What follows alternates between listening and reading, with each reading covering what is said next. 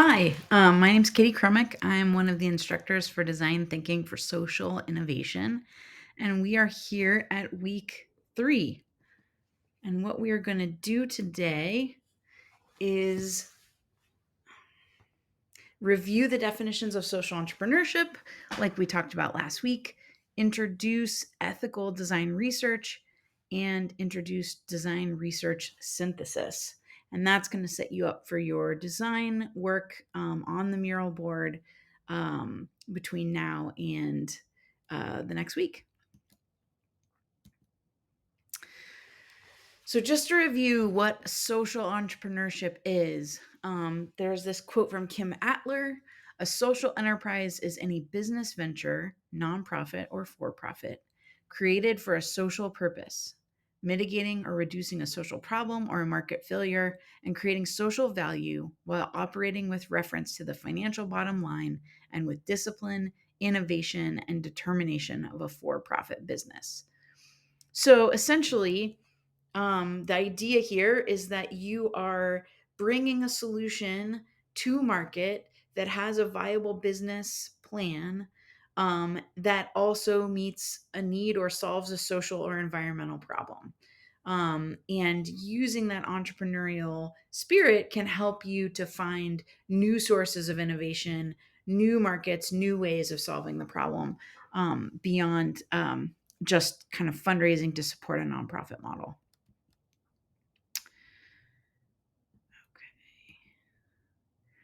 So, and then this quote, which we had from last time as well, unless a nonprofit is generating earned revenue from its activities, it is not acting in an entrepreneurial manner.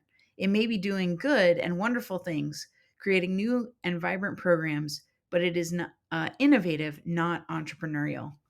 So, again, that distinction that being entrepreneurial is really about having a place in the market where you're exchanging goods and earning revenue um, as a way to solve a problem. So again, as we talked about last week, you have the opportunity in this class and in your life, if you so choose, to reflect on a social and or environmental problem that is meaningful to you and work to find an innovative and sustainable solution to that problem. You have the opportunity to become a social entrepreneur. And as I talked about last week, in this class, you're going to get a chance to explore a problem that is meaningful to you, that resonates for you. And you get to explore it in this class in a really low stakes way. So I would really encourage you to embrace that, to find a problem that's really relevant, that you really care about, and use the class to really explore that problem and come up with interesting solutions. So, social entrepreneurs commit to create and sustain social value, not just profit. See and pursue new opportunities to pursue that mission. Continuously innovate, learn, adapt, and improve.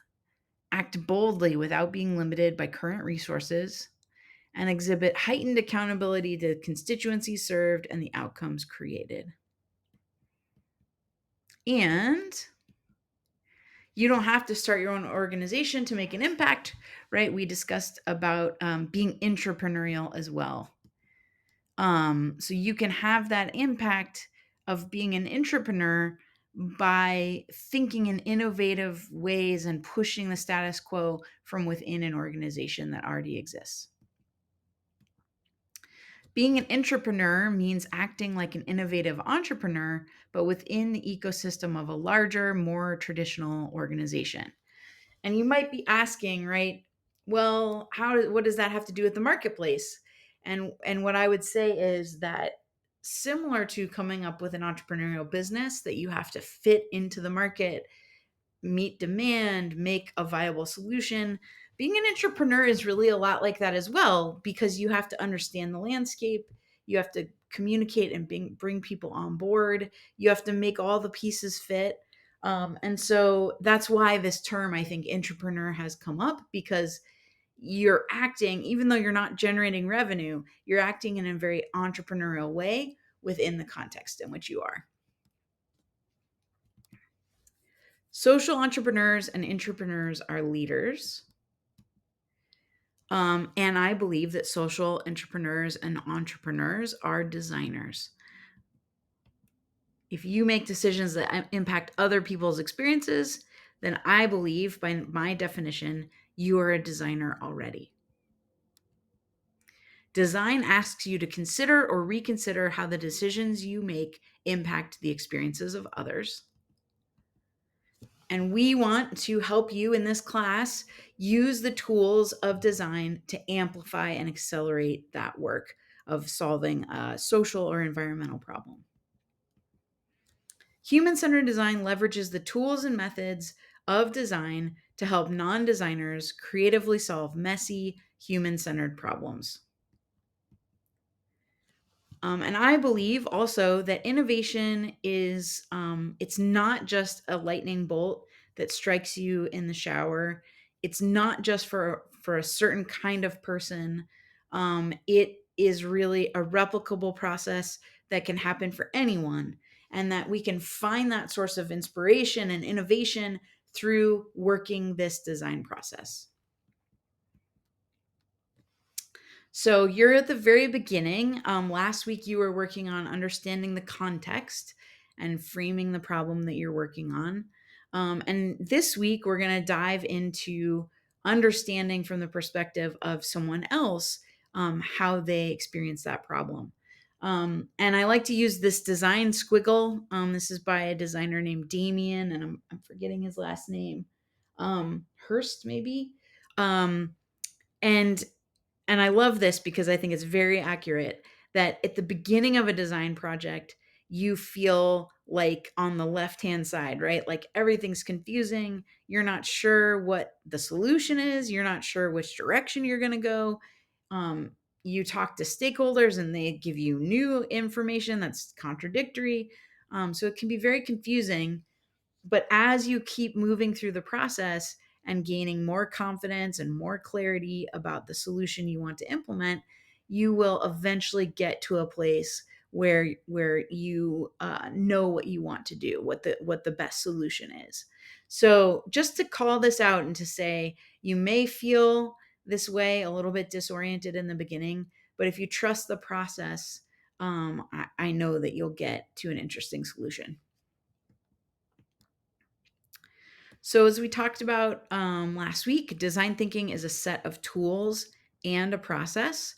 So, we go through kind of the phases of the process, but in each phase, we use all these different design tools to move forward. And this is kind of the hexagons from the D school and a list of all the different kinds of design methods. There are many more. If you Google design research methods, you'll find books and websites about different techniques for accomplishing each of these phases. It's an iterative cycle. So it doesn't start in one place and end in another and go exactly as we expect. You're going to be kind of revisiting parts of the design process as needed. You may, get all the way to testing your prototype and realize that you need to circle back to defining the problem. So just wanted to point out that this is not kind of a linear experience.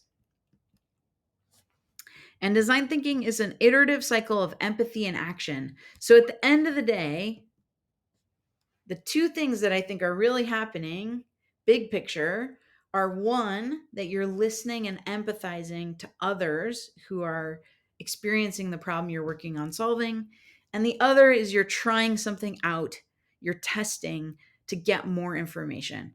And that cycle should continuously inform your solution and help you move forward in your project. And design thinking is a cycle of divergent and convergent thinking, as I mentioned last week. And I think it's important to call this out just to help people realize, some of us feel really comfortable in the divergent, the flaring space where we're coming up with many ideas. We're listening to all the different avenues that the stakeholders are bringing up. We live in that kind of, we like to live in that space where everything's possible. And some of us prefer to be more convergent, to focus, and to kind of clear out the noise, focus on the task at hand, and start kind of drilling down on that task. And the great thing about the design process is that you need both modes, right? And if you're working on a team, ideally you have people from that are strong in each of these ways of working that are on your team. But even if you're not, if you don't have a mix, or if you're working on a solo project like you all are, I think it's important to just be aware that we all have kind of our safe place, our preference, um, and we can kind of hesitate to move out of that safe space and into the place of discomfort. And so just be aware of that and be mindful. And if you're ever feeling overwhelmed, it might be because you're either being asked to narrow in and pick a solution, or you're being asked to navigate so many possibilities. And design thinking is a process and a mindset. And we talked about a lot of those mindsets last week in terms of questioning the status quo, bringing optimism to a problem, getting inspired by people, failing forward to learn, those kinds of mindsets. Okay, so here are those hexagons. And we are going to move into the first phase, empathize. And really, it's like the second phase because we did all that contextual analysis. But in terms of the kind of classic design thinking model, this is the first phase. And you're really wanting to try to understand the perspective of the stakeholders that you're working to serve. So I work with a lot of schools and a lot of teachers. And in this case, as a teacher, instead of kind of dictating what the students are doing or assuming that you know what they need and want, you really try to step into their shoes and understand where they're coming from. So we have a case study that illustrates this. So Jill Violet started a project called Substantial, and she used human-centered design methods, which emphasize firsthand investigation, understanding who you're designing for, and an iterative experimental approach to come up with a solution to improving the substitute experience, both for the teacher and for the students. And as you may know, there are, and we all have experienced, right, from our education, many days in our education where we have a substitute teacher, and a lot of times that doesn't go super well, right? It's disorganized. The substitute doesn't have kind of good rapport with the students in the class. And that means that you're losing learning, right? So Jill saw that problem and she wanted to fix it. So she started by conducting ethnographic interviews with substitute teachers, and their stories were bleak. So substitutes felt that they weren't respected or valued by schools, and they felt they didn't have a community of support in schools or among their fellow subs. So substitute teachers felt really isolated, underappreciated, and really left kind of alone to figure out a difficult situation. So that's an example of how Jill was able to explore with substitute teachers, um, and understand a problem from a new perspective that she didn't have. So I wanted to tell that story as a way to kind of kick off our talking about what empathizing means. Okay, so with empathizing in the design process, we're trying to dig deeper and understand what is really going on. And what design thinking says is that you can't do that alone, right? You have to get different perspectives from different people, ideally, people closest to the problem that you're working to solve, so that you can get new insight into the problem. So, your goal is to understand the needs of others through design research. And design research is qualitative, it meaning it's about talking and listening. It's not about counting things. It's not quantitative. It's qualitative. focuses on people, especially people who may not be like you and maybe coming from a different place or perspective. Happens in context when possible. So ideally, you're able to go and see kind of firsthand the where the stakeholder encounters this problem, and it promotes dynamic conversations. So um, we prefer this kind of one-on-one approach as opposed to a focus group or a survey, because um, by engaging someone one-on-one, you can have a really dynamic back and forth. You can ask them follow-up questions based on what they brought up, and you're not kind of locked into a survey format or particular framework. You can really let the conversation go in the direction that you want it to. I think it's really important to recognize that, asking someone to engage with us in this way, especially about topics that may be um, painful or uncomfortable, is it's really important to tread very lightly, to be very sensitive and very mindful and very aware of what we're asking, right? And so I like to say that design research is an invitation. So you're inviting someone to share their experience with you. They may want to open up and feel really comfortable with that. But if they don't, then you let that be, right? So you're not entitled to information, you're not demanding information. It's an invitation. And then when people give you their opinion and their experience, that's a gift. And so you want to treat it with gratitude and with treat it preciously, right? Um, because that gift of sharing their experience is really an act of vulnerability. And so you want to be aware and mindful of that as well. So, design research, again, it's not extractive. So, you don't want to kind of take from people and then leave them and not express gratitude, not explain the context. Um, it is not dishonest. So, you don't want to um, either directly or indirectly kind of give people an impression that's not accurate about what you're doing, why you're doing it, what you're going to ask them to do, etc. And it's not coercive, right? It's an invitation. People can accept that invitation or decline that invitation, but it's really up to them. And it's not yours to kind of demand answers. Design research is an integrated part of the design process intended to illuminate new perspectives on a problem and inspire better solutions. So, there are lots of different parameters for doing social science research. You need to talk with a certain number of people for it to be statistically significant. Um, in the design process, we're not as interested in that kind of creating that kind of data. Really, what we want to do is make a really good connection, understand deeply people's perspectives, and have that inspire us to come to better solutions.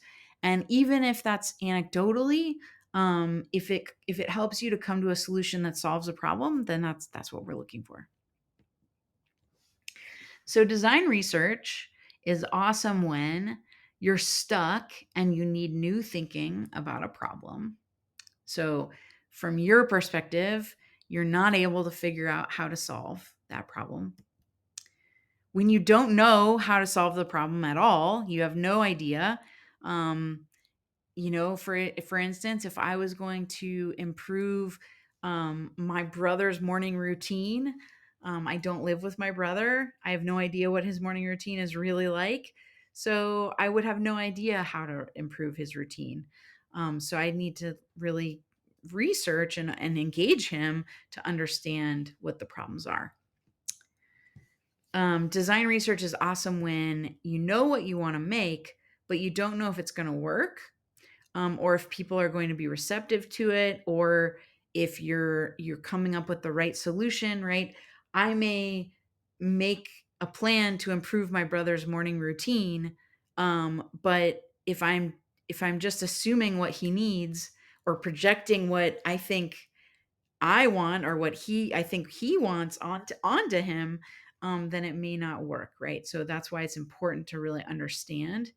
Or if you have a solution that you've implemented and it's not working and you can't figure out why. So design research can really be helpful then. Design research is awesome when you need to expand or challenge an existing idea or concept. Um, so you may be kind of stuck in a rut, or you may have a really entrenched problem you're working on, and you need to expand or question the nature of that problem. So who are you talking to better understand the need? Um, there's this notion of extreme users, who are people that have a very amplified or pronounced experience. So if you were working on improving the commute, right? Um, I think the average commute in the United States is like 17 minutes. So you would certainly want to talk to some people who have an average commute, right? And hear their experiences. But it's also very interesting and inspiring to talk to people on the extreme ends, right? So that would be in one case someone who commutes for 2 hours a day one way. And on the other end, it might be someone who uh, only ever works from home, totally remote. Um, and the reason for this is that we find that it's really helpful that people with more extreme experiences or people on the extreme end of the spectrum, they tend to have more um, intense ideas, intense relationships with whatever it is that you're working on. And they will help you to kind of see things from a different perspective and understand it in a new way.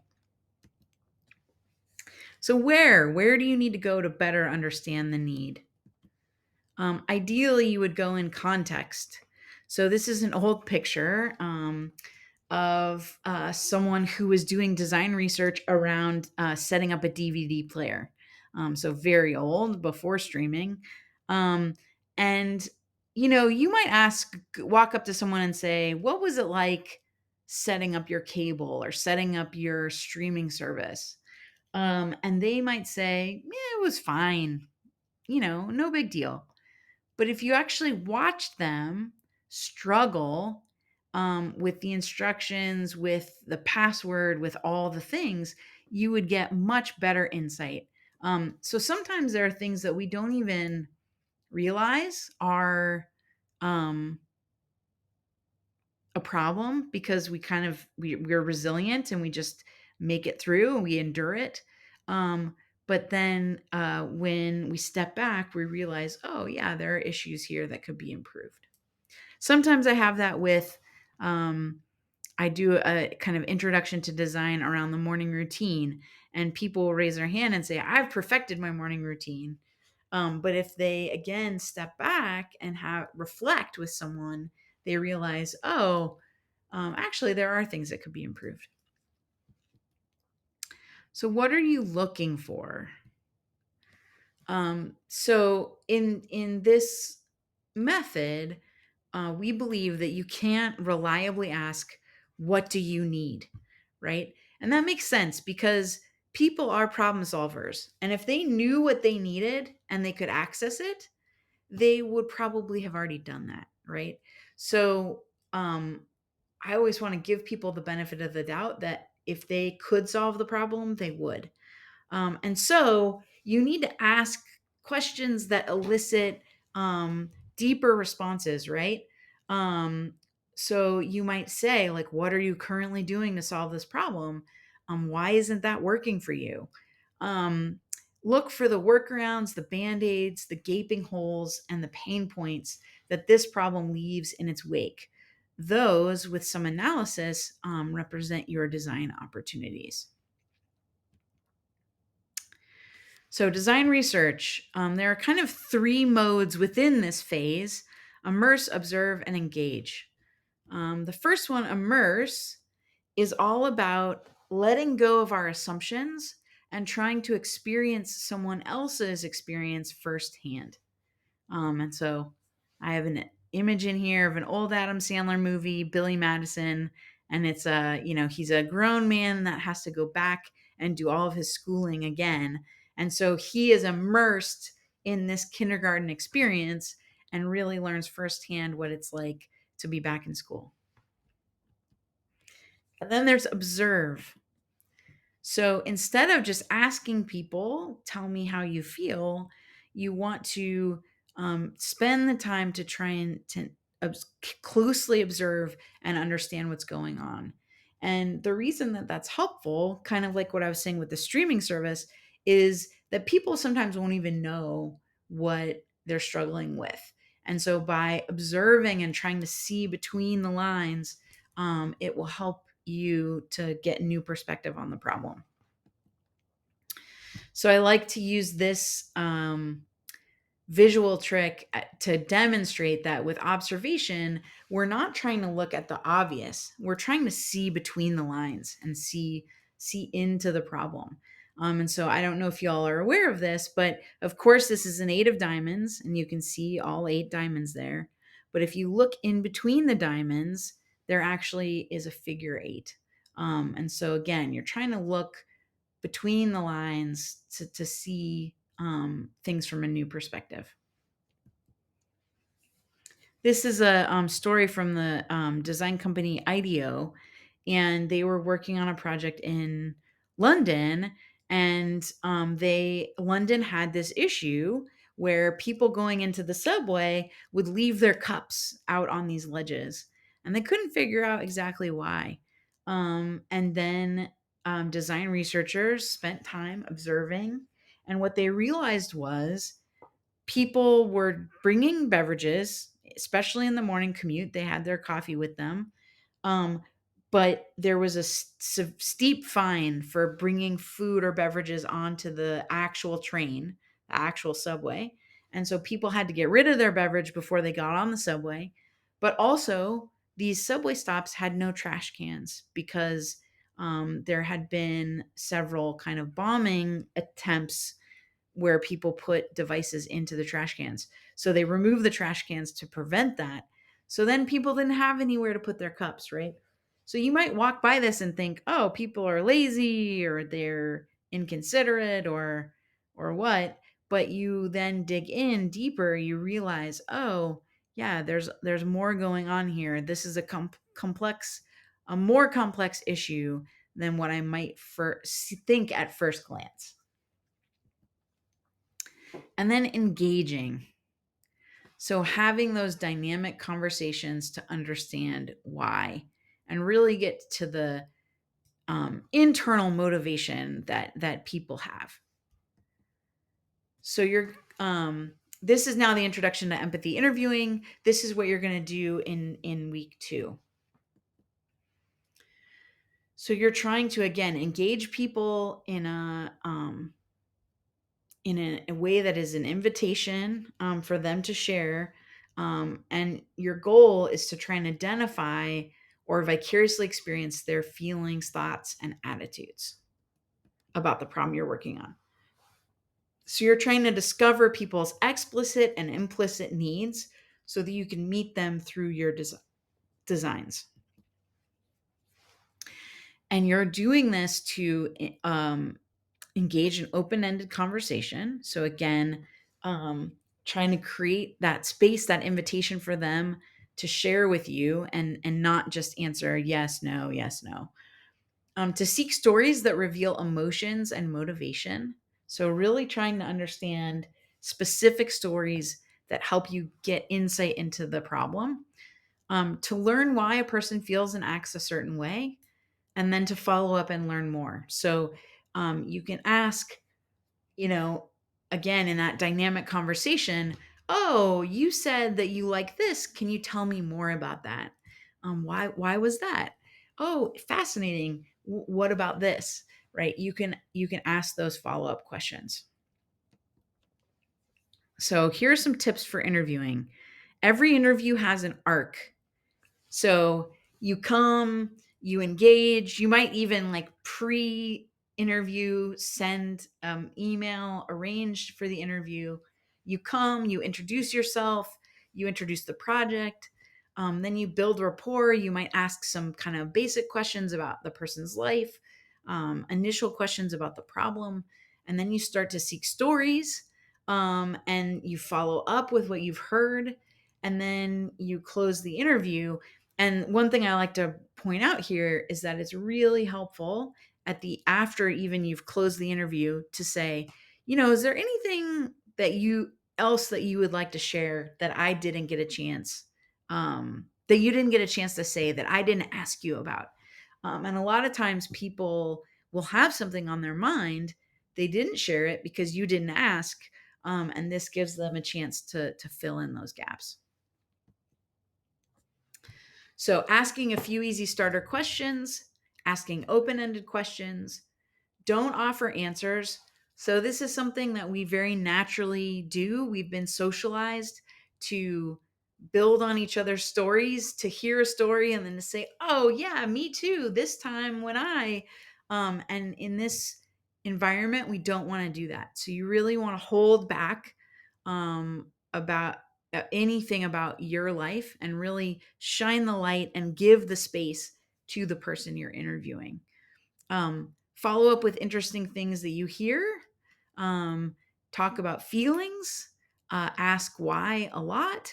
And don't be afraid of silence. Oftentimes, people will be trying to collect their thoughts, or they may not even know what they're going to say until they say it, and they just need a breath to be able to collect themselves. So you're trying to ask open-ended questions. So don't ask leading questions. Instead, try, tell me about a time when. Can you say more about that? Can you show us that?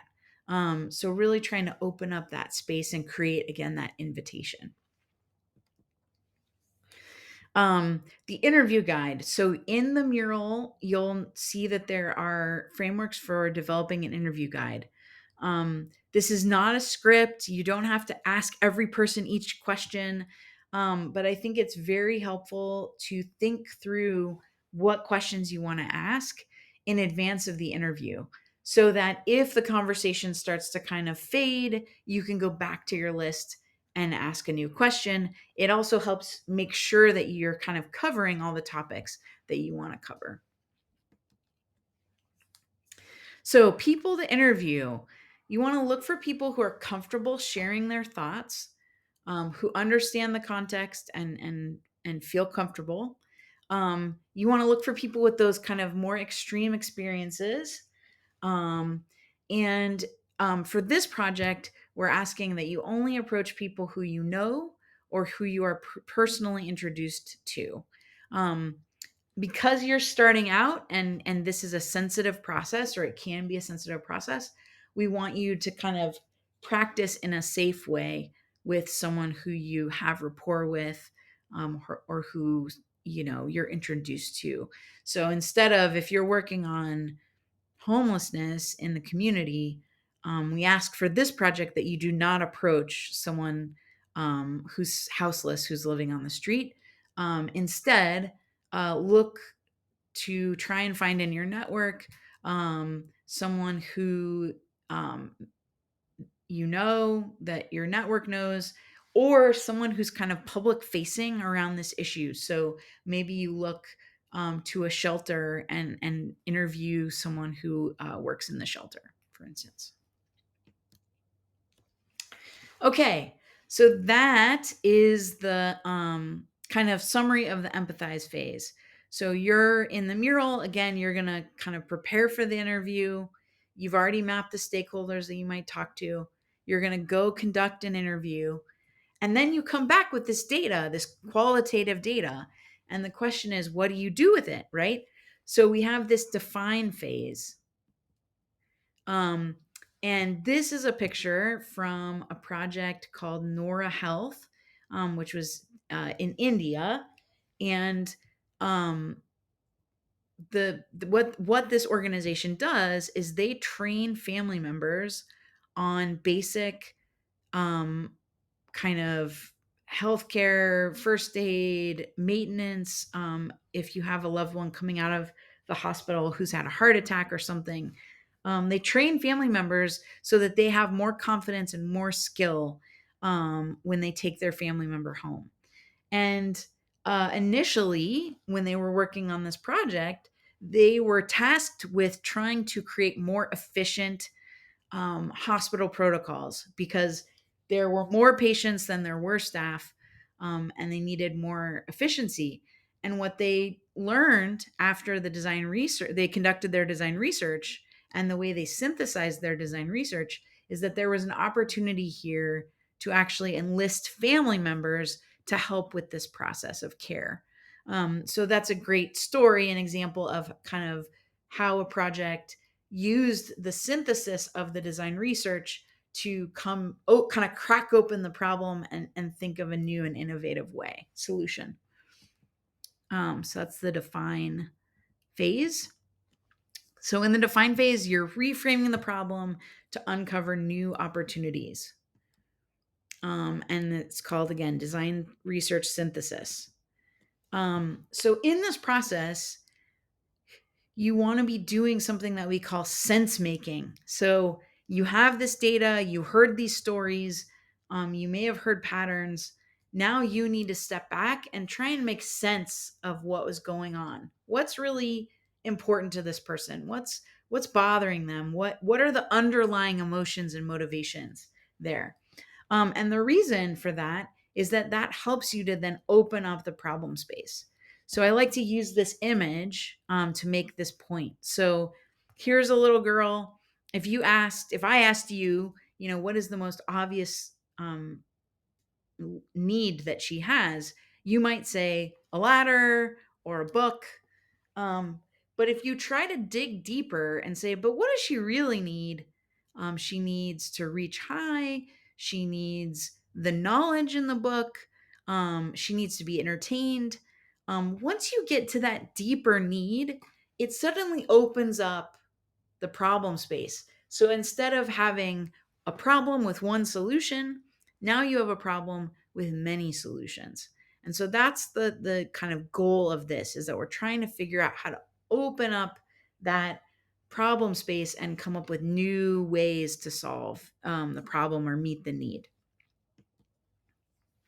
So what is define? It is a rigorous process of getting to a deeper understanding of the design research that you conducted.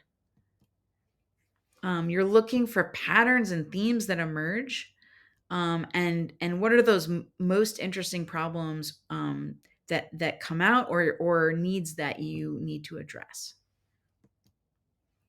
You're going to move from observation, so literally kind of a quotation, some evidence that you got from your design research, into insights or hunches, a guess about why that observation matters. And you're going to do that by inferring. So you're going to use kind of your analytical skills to make a leap about why that's a motivating factor. So I have an example from a project I did with a group of students in Dallas, and we were working on improving the hospital experience for kids who had chronic illness and had to spend a lot of time in the hospital. So we did some observations, and we heard that a chronically ill teen said, "When I'm at the hospital, I feel so bored." And then we saw in the playroom at the hospital, there were toys that were only appropriate for little kids. So we wonder if this means that chronically ill teens need ways to try and have fun and be distracted that are engaging and age appropriate while staying in the hospital. So they're not going to feel like they have a sense of belonging. They're not going to feel engaged if they go to the playroom and it's all toys for 3 and 4 year olds.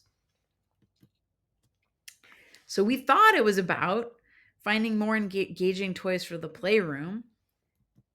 But what it's really about is not having a one size fits all approach. So, trying to meet the needs of older kids who are going to feel alienated by a preschool setting. So, in this process, you're going to kind of reflect and recount to yourself what are the most surprising, unexpected, or intense experiences that you had. You're going to reflect on the observations that stood out as important, um, both in your mind and also sometimes the person might say, like, this is the thing that really matters to me. And you're going to retell interesting stories you heard. And then, as you'll see on the mural board, you're going to get to a point of view statement. And we like to use point of view statements to help kind of bring all of this observation and inference together into a really clear problem statement. So, POV statements are a helpful way of synthesizing what you experienced, observed, and heard to make inferences about what you think your user might need. So the one format, right, is we met. So you're describing the person you met, and you want to give some detail, right? We met Katie, a 42-year-old busy working professional who also teaches a class at PSU. We noticed that she feels like she is not giving enough attention to her home life because she's so busy with these two jobs. And we think that's important because the way that she feels regenerated and rejuvenated is through that connection to home life. And this is theoretical. I'm okay. So then you would say needs a way to. So Katie needs a way to prioritize connecting with family in order to rejuvenate so that she can go out and do all of the meaningful work that she has on her plate. So an excellent point of view statement will highlight a specific person, preserve the genuine emotion of that person, have a logical structure, contain an interesting and surprising inference, and feel generative. So instead of coming up again with a problem statement that has one solution, we're coming up with a problem statement that has lots of different solutions.